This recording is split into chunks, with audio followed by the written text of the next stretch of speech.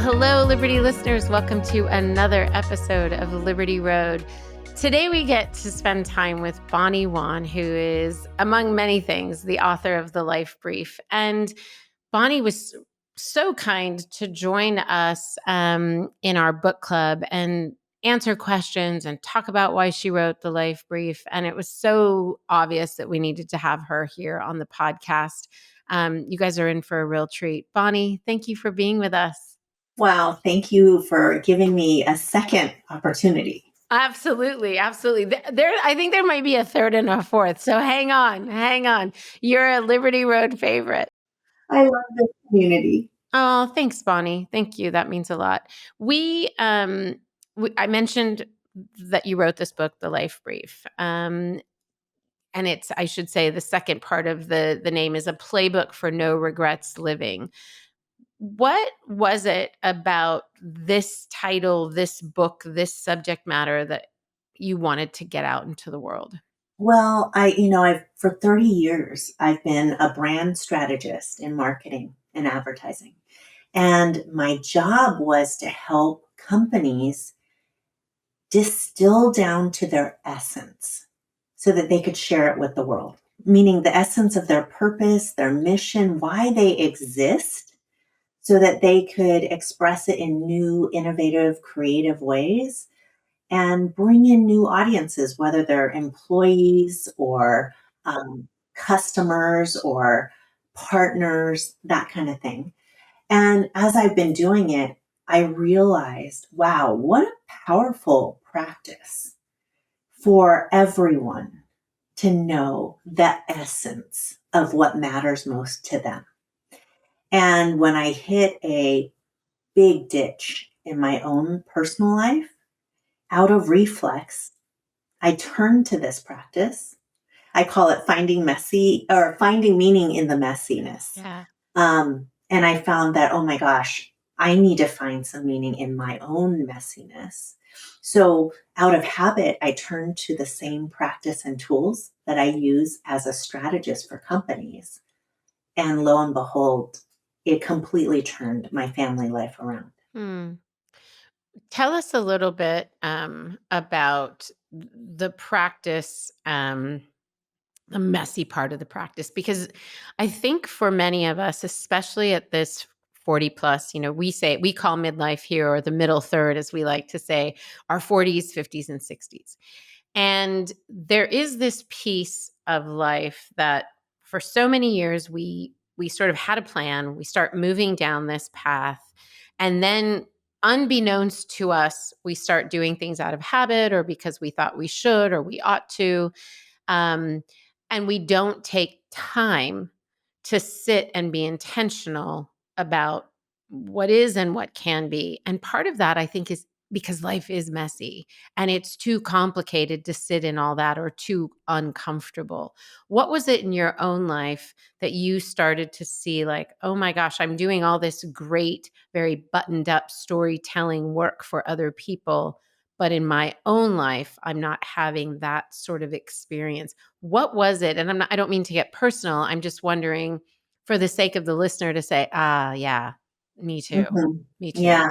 Well, first, I'll step back and just say the practice, now that I know it and I've created it and I'm sharing it, comes in three parts. And what you're referring to is part one, getting messy, so that we can get clear and then get going, which is getting active. But I find, yes, you're right. We're all living messy lives. Change is happening at such an accelerated speed. None of the things going on around us in the world today are things I could have predicted. Yeah. A global pandemic, right? Yeah. The different election cycles, just the things that we open the news every day and we're thinking, what? That happened, right? Yeah. And that's layered on top of our own lives, which are deeply messy. We're juggling, and especially us midlife women. And let's say midlife is getting stretched out because everyone's living longer. Yeah. So this midlife stretch is way longer than anyone, other generations before us. Yeah. And Chip Connolly calls it middle essence. Like, Yes, it's and I he's love that. yeah, yeah. I love that. And in fact, he and I are on a board for Yale University looking at this third act of life and Oh, wow. longevity. But getting back to the mess in midlife, we're the sandwich generation. We're juggling young kids and aging parents. We're juggling careers and family and blending it all together in this microcosm and macrocosm Mm, of accelerated change. So all the paths that came before us that we were probably conditioned on and told and taught to believe were there have evaporated. And so that complexity, ambiguity, chaos, there are so many layers to messy. And for me, and this was 15 years ago now, I hit a ditch when I had 3 young kids under the age of 5. I have 4 now, so yeah. spoiler alert. But I was the sole breadwinner of our family. I was exhausted, I was frustrated, and I was bitter. And the story in my head was that my marriage was broken. Mm, But when I allowed myself to do the thing that I do as a strategist, which is look at the data, let's collect the data and let's look at it and see if that story is matching up with the evidence. Now that sounds very scientific and it's not. I literally broke down, sobbed, and wrote in a notebook. I just dumped, I call it brain dumping now, yeah. but dumped out onto the page everything I was feeling. And a lot of it was directed at this question: what do I want? Mhm. Not what do I feel like, not what do I think I want, not what everyone wants for me, but what do I want if I allowed myself to be nakedly honest about it? And including not thinking about what my children need or what I promised and committed to in my marriage and Yeah. in my wedding vows. Yeah. But when I laid it all out, it was messy. It was contradictory, even incoherent at times. But the beauty of what I discovered when I allowed myself to write down my answers was it created immediate distance between my thoughts and my feelings. And so I was able to engage it with a different lens, with curiosity. And what I found when I reviewed it, looked back at it, I found a different story, which was wow, my relationship with time was what was broken. I actually wanted more time with my husband, not less, even though the story in my head was that no, no, no, we're breaking. This is breaking. I'm with the wrong person. We're not coming together as a team. And those were true, but those were symptoms, not the cause. And I could immediately see all the ways at work I was saying yes to things that I should have been saying no to because I was trying to be the hero, trying to gun for the next promotion, or just general people pleasing. That if I Yeah. didn't say yes, it would cost me. I would, suffer the consequences.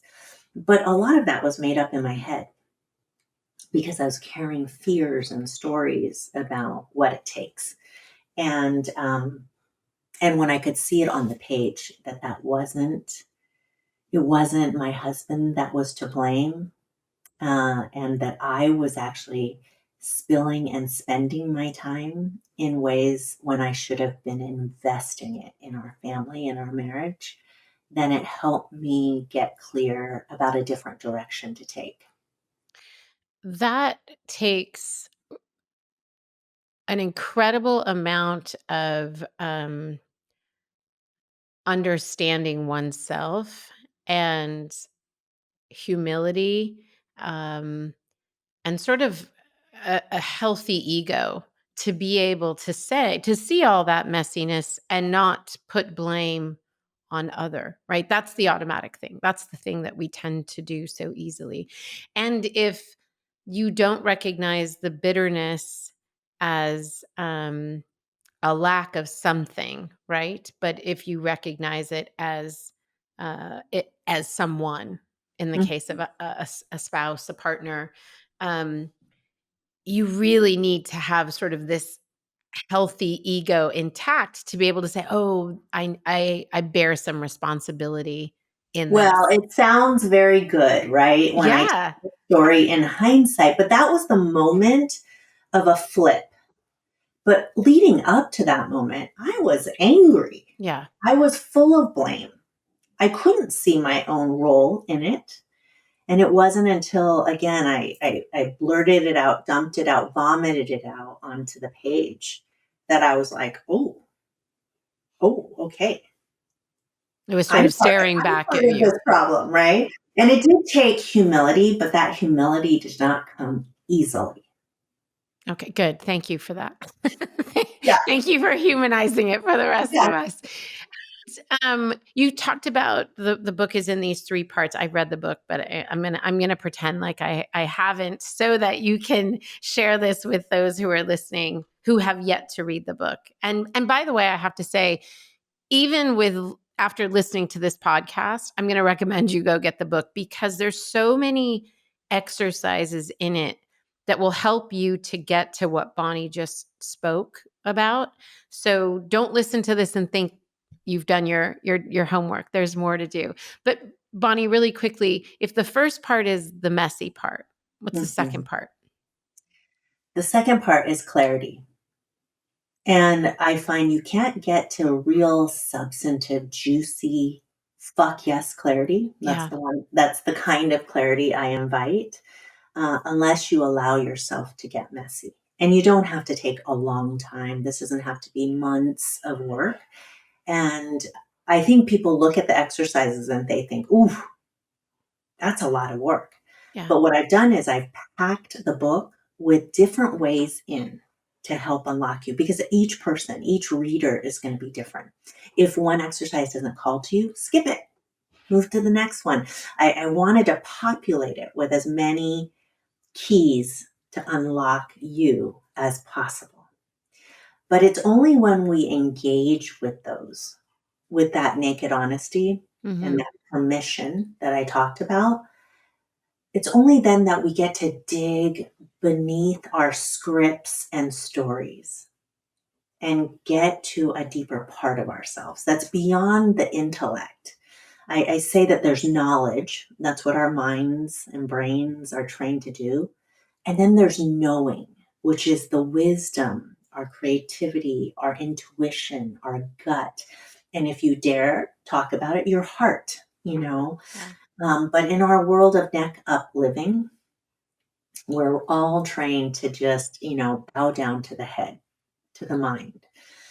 But our truth, strategists talk about our jobs as to getting to the truth, distilling to the essence, the heart of what's happening. You can't get there unless you're willing to engage and dig a little bit deeper. So that's the messy. And once you generate all your ingredients, now you have the clay from which you can get clear and get to your own essence. Because when you get fuck yes clear, and what I mean by fuck yes clear is it's distilled to its essence and it's a declaration Mm. of what matters most, what's sacred, non negotiable, what you really want, even though you're not sure how you're going to get it, Yeah. but you know you want it. And it's only when you get to that kind of convicted clarity that you will automatically go into action. I love that you say to get to that clarity apart from the how, because I think we conflate those things, and then we get stuck in the lack of clarity, and then fear comes in, because fear just loves to come in whenever there are those question marks in life. But I like this, setting apart the how, setting apart the solution, and just focusing on getting the clarity. You must separate those two Mhm. things. I find that we have these inner judges, inner critic, inner editors, right? Yeah. that will stop us right in the tracks. As soon as we unlock our curiosity or creativity about what if, they come in and they go, no, no, no, don't go there. You're going to only take yourself to disappointment. Yeah. Stop, stop Yeah. dreaming, stop fantasizing because you can't see the path, you can't see the execution. And in the creative business, right, we separate strategy and creative for a reason. Because strategically, we want to get to that distilled place of knowing who we are, who this company is, and their boldest ambition. Let's start there without generating all the ideas and figuring out the production. Because if you do that, then you give a real clean springboard for the creative to flourish. Right. And you let the creative flourish, go as big and wild. Google calls it the moonshots, right? But you're not going to ever get to a moonshot if you're already having the producers come in and say, well, how are you going to work that out? And we know in the creative business that if you kill an idea too early, when it's a seedling, you're really going to cut off your ability to innovate. So you have to let ideas breathe Mm. and then figure out how you're going to do it. And that's how innovation happens, right? And that's how the airplane was invented. Sure. That's how light was invented, the light bulb, Um, they weren't, the executions or the productions weren't figured out. They were firsts of their kind. And that's the space I operate in. I mean, I literally have goosebumps. You're giving me this aha moment for every single person who, in technology and the kind of entrepreneurial world, the startup world, we talk about unicorns, right? But what you just described is a way for us individually to identify the unicorn within, Yeah. because you've basically said, get clarity, listen deeply um, to yourself, to the things below the head, and separate it from the conundrum of why those things can't exist or can't happen or can't be for you, and just get that sort of clarity. And then when you go into that next phase of activating whatever it is, you there is this declaration, there is this like, oh no, this unicorn within is me, this is what I'm supposed to do. So what you've just given us is not just permission, but you've given us like a formula for identifying what that is within us. I didn't get that the first time I read the book. I had to talk to you now to get that. Well, I'm glad it's not all in the book, but it's Yeah. like when you write something, you create it, and then it stops in that moment of time. Yeah. But it's been a couple of years now since I wrote the book, and as I'm teaching the practice in companies and with teams and with individuals, I continue to learn deeper nuances to it. So I'm glad. I think you're sparking a lot of that in this conversation. As I listen to people, or as I think about the listener, I think about, what is she hearing in Bonnie? Where is she saying, yeah, but Bonnie is X, Y, and Z. She has a healthy ego. She has humility. She was a creative director. Whatever it is that they think, well, that's for her, but not for me. But what you did is you laid out something that is for all of us. And in that kind of internal search creates an opportunity for something really magical to exist that I believe we were born with and we are probably called to. It's just taking the time to be quiet to Yes. figure that out. And I love that you brought up the unicorn Mm, word because I hear it a lot.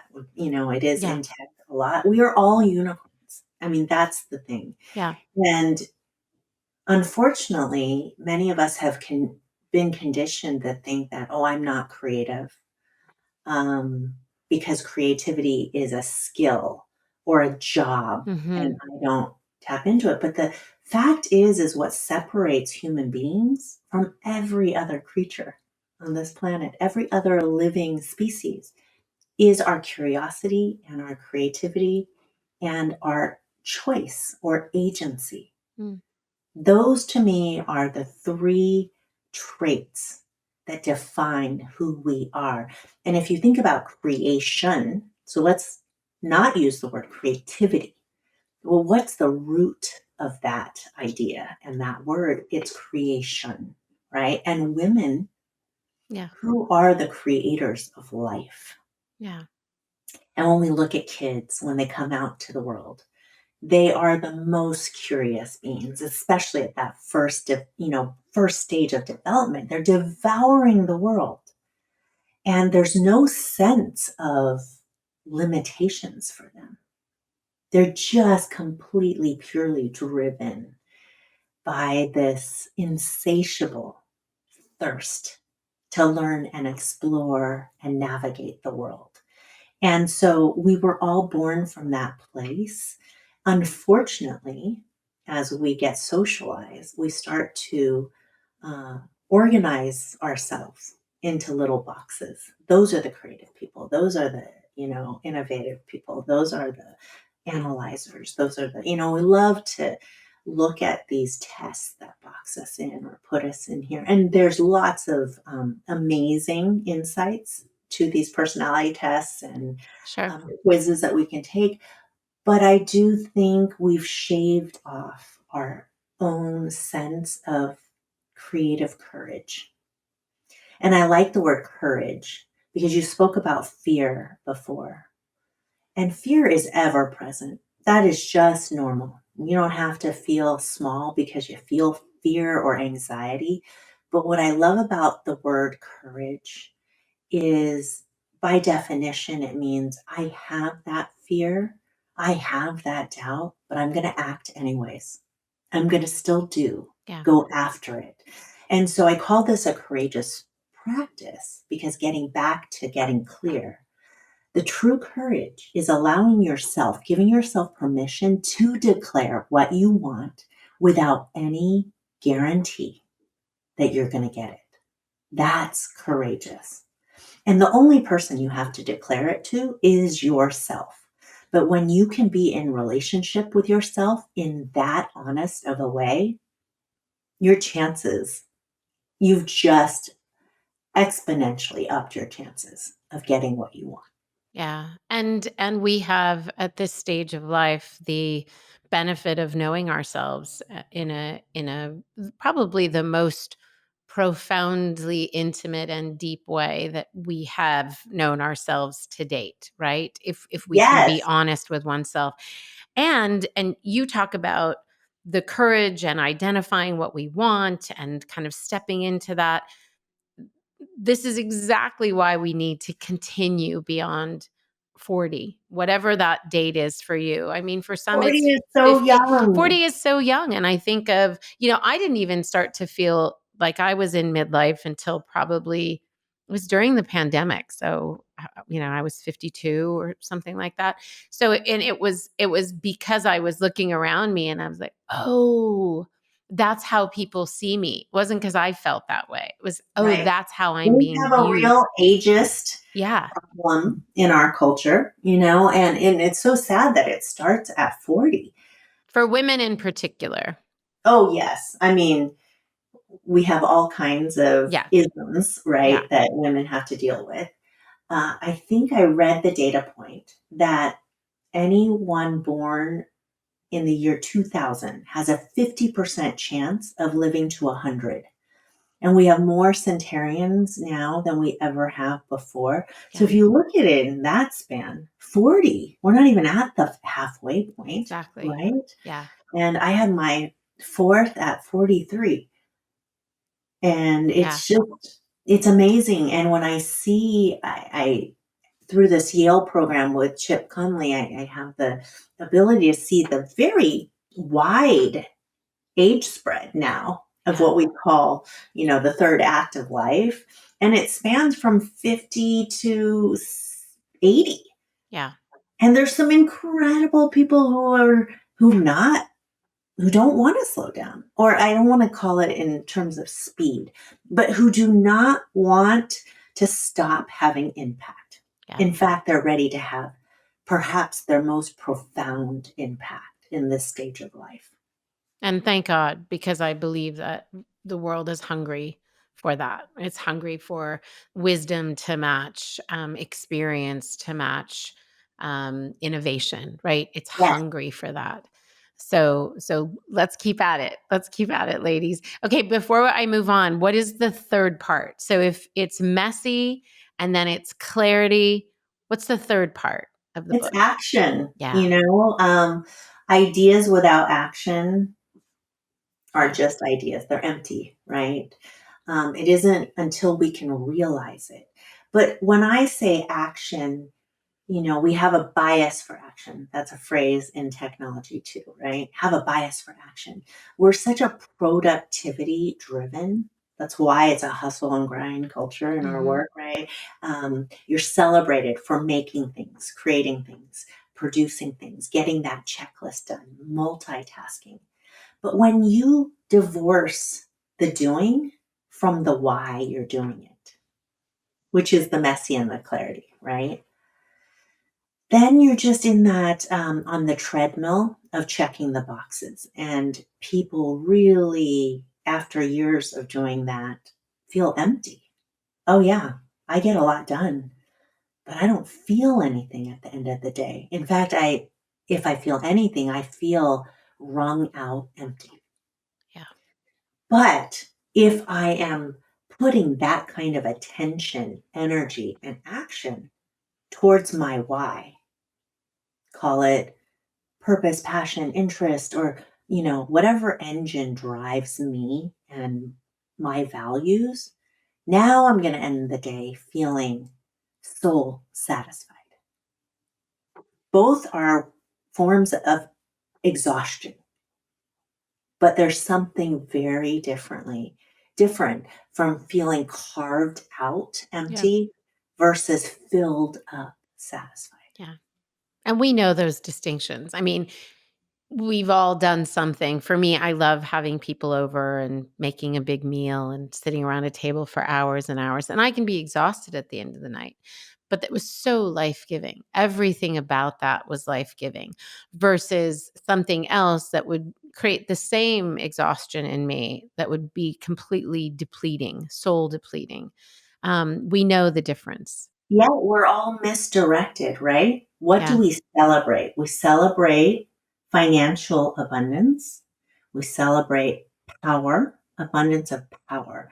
And I love power, but the kind of power I invite, and I think this practice invites, is the power from within, your power. But we live in a culture that's obsessed with power over mm, as the value, right? An abundance of riches in the bank account or in our crypto or stocks. But I've met so many wealthy, by definition, financially wealthy people who feel really empty and restless and anxious, if not depressed.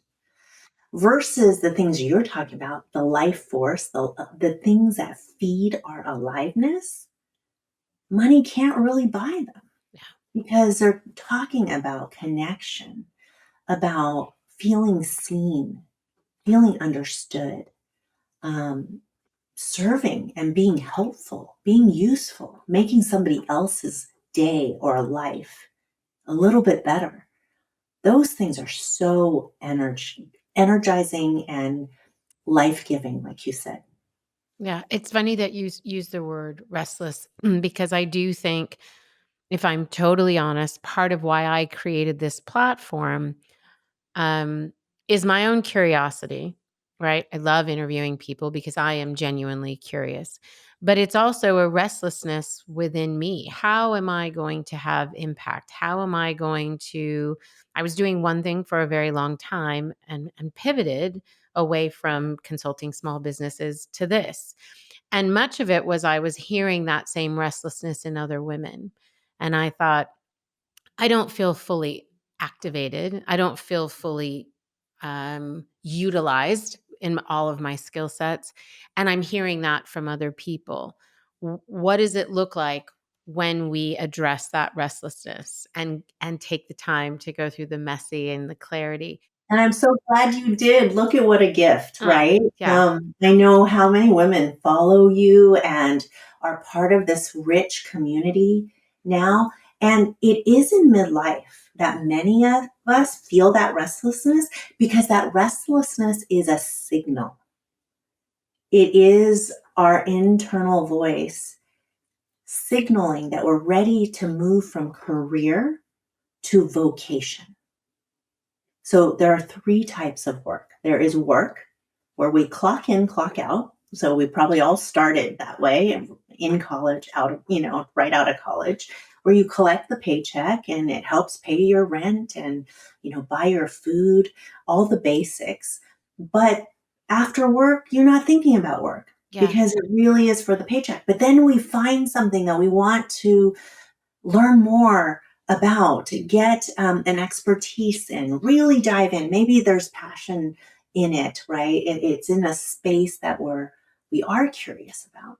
And we get to that peak, some of us, or some Yeah. of us fall off that mountain, Yeah. as David Brooks calls it. And then we think, wait a second, I want to have impact beyond me and mine now.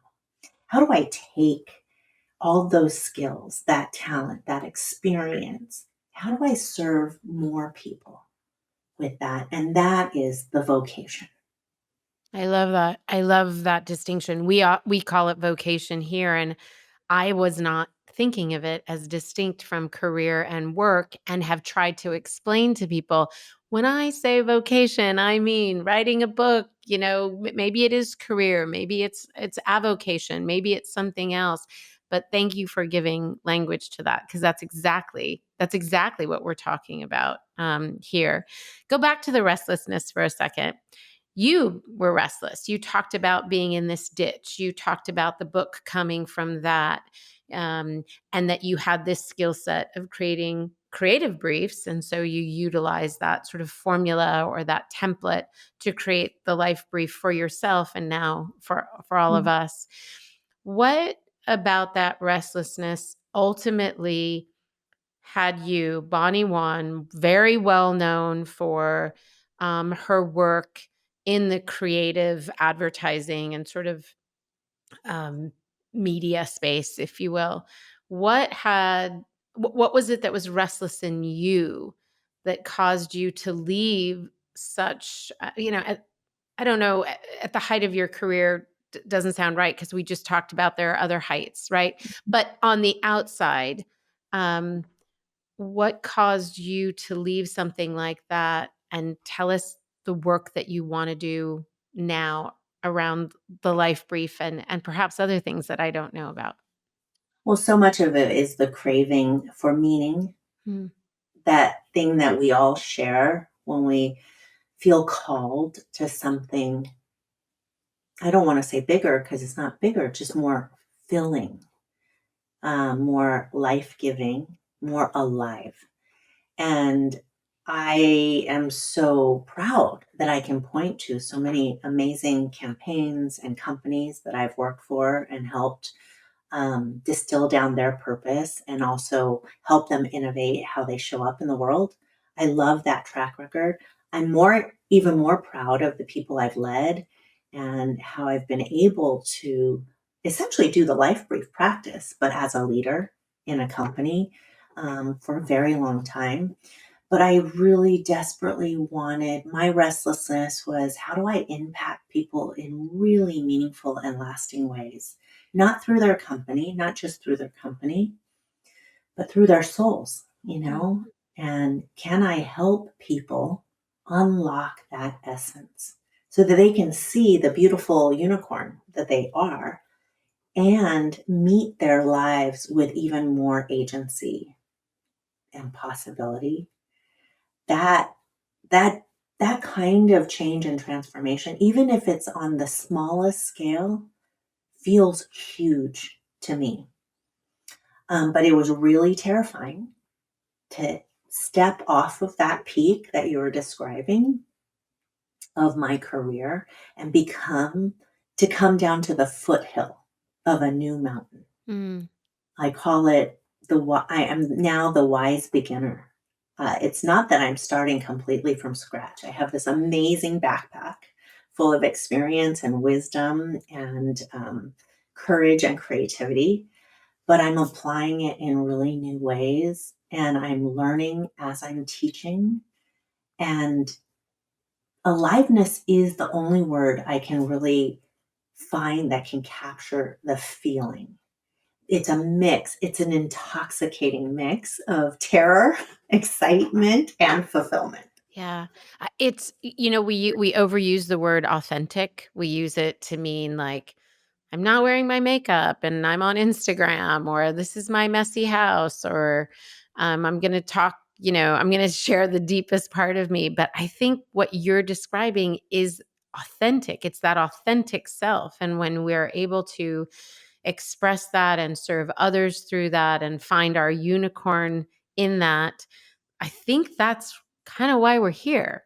And Yeah. it seems like when we are, when you look at people like yourself, like I'm looking at you now, and I see you leaning into that. One, I'm inspired to do the same. What is that for me? But also it's like, well, that's why Bonnie is here. And there's no it inspires us to find that for ourselves. What if that's why Bonnie's here and she's thriving in this place, and not that it comes without problems, right? There are issues around even us living in our most authentic space, but it's like clearly um articulated the reason you're here. And it took all of that living to get here. You could not have made that decision in your 20s, right? No, and I barely could make it now in my Yeah. life, right? Because I like to ask people, there's a few questions that I always ask when I'm teaching this practice. One is, what is sacred and non-negotiable to you? The second is, what is enough? So what is the minimum viable for you? And then what are you willing to risk Mm, to do what matters, to get what you want? And that trade off was really big for me as the sole breadwinner for now a family of seven. We were six, so I have two in college and two at home, my husband and me. And then we just moved my mom in oh, with us wow. because she has dementia. And Wow. so I've become her caregiver. So this was not on paper an optimal time to step away from a big paycheck, a consistent uh, company and career. But because that calling was so intense and it was something that was really sacred, I was willing to take a step off that cliff and hold it while also stepping into the responsibility and role Mm, of taking on the caregiver role, right? And we're many women in this part of their lives are in that sandwich of aging parents and young children. But what's so beautiful is I've discovered in that messy transition how important intergenerational connection is. And I'm studying that both as a strategist and an educator. I'm looking at how our society, we talked about ageism before, right? yeah. But how healthy societies integrate all life stages Yeah. and intermix them. And that's where true learning comes from, where wisdom is passed down and Yeah. innovation is, and it's not black and white like that. But there's just such a vibrant mix amongst the community of family members, community members, neighbors, right? And so I'm discovering how much I value that as well. But it's not for the faint of heart. That kind of transition, that wholesale change. It's not, but I appreciate you sharing that, because it calls us into a yes, this is beautiful to get through the messy. It's beautiful to get clarity. It's beautiful to activate those things, but everything has a cost as well. And everything is imperfect, right? Yes. You can get to that point and something can break somewhere else in life, right? Well, I'm going to credit my therapist for a second, because I think in one of the hardest parts of this transition where everything's new. My two younger kids just started new schools because I moved us from That's the Bay right. Area back to Portland. That's right. My husband was down about that move, and then he was daunted about my mom moving in. And I just said to my therapist, oh my gosh, the suffering that we're experiencing right now, I just don't know. Maybe I took too big a bite this time.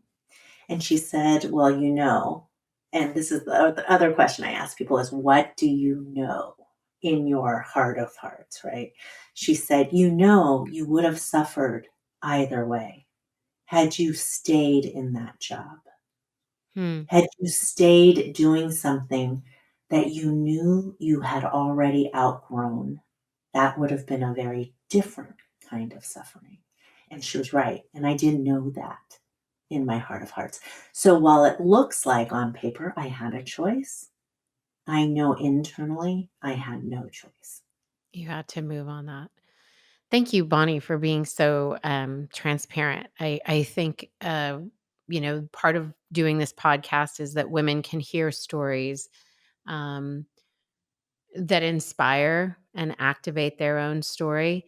But when we're not telling the truth, we're not really empowering another woman. So thank you for doing Oh my gosh. the heavy lifting, the Thank empowering you. with your honesty. No, sincerely, I say it often. Like we have to tell the truth in order to fully give to somebody else a tool that they can actually use. Otherwise, you know, we used to hear all these stories of so and so, made 500 million and blah blah blah, and they started with $50, and then you get to this story and you're like, wait a minute, there was a whole backstory there that we didn't get to hear. Yeah, so I think it's important to hear that. What is something that you want the women listening and men? We do have some men listening.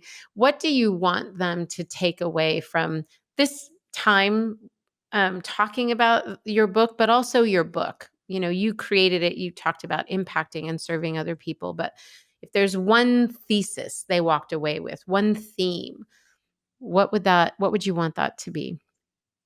You have more agency in your life than you have been taught to believe. No one has authority over you, but we think they do, right? We have all these voices we've picked up along the way or inherited telling us, no, don't go for that. No, no, you could never do that. You don't have enough this or that. And it's not true.